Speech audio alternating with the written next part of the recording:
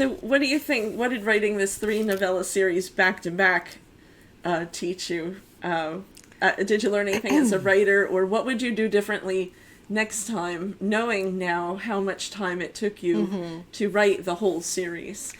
I think it's one of the hard things is figuring out what would be a reasonable deadline, Right. especially if you're just getting started. Because the publisher always asks you, how long do you think it's going to take you? And Yeah. you're kind of like, unless you know your own process. But even knowing your process, things come up. There's the holidays. Sometimes you get sickness, or there's a death in the family or something like that. And so it's nice to have some little wiggle room, but you don't always have it. And Right. so it is hard, I think, Yeah, trying to balance that. I think I'm actually very thankful to have been with a small press. If it had been a larger publishing house, that would have been very difficult. And I try to balance things because I've got my family and they're very important to me, and so it's not like I can shut myself away for 13 hours a day to write, because there's other things in life too. So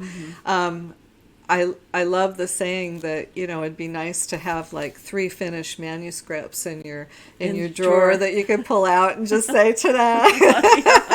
I'll just polish them off real quick. Yeah. So I mean, yeah. So it's going to be a different experience for everybody. Right. Just depending on the way they've gone with things. But I think things turned out well.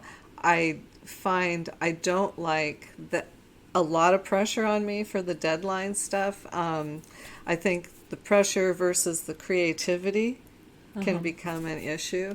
So, but also a deadline will drive you to do more. With a deadline, you're going to aim for that, and it'll push you to write faster. Right. And in the publishing market, they do want you to write fast. So we got to kind of learn to how can we write faster without losing our sanity. Yes, exactly.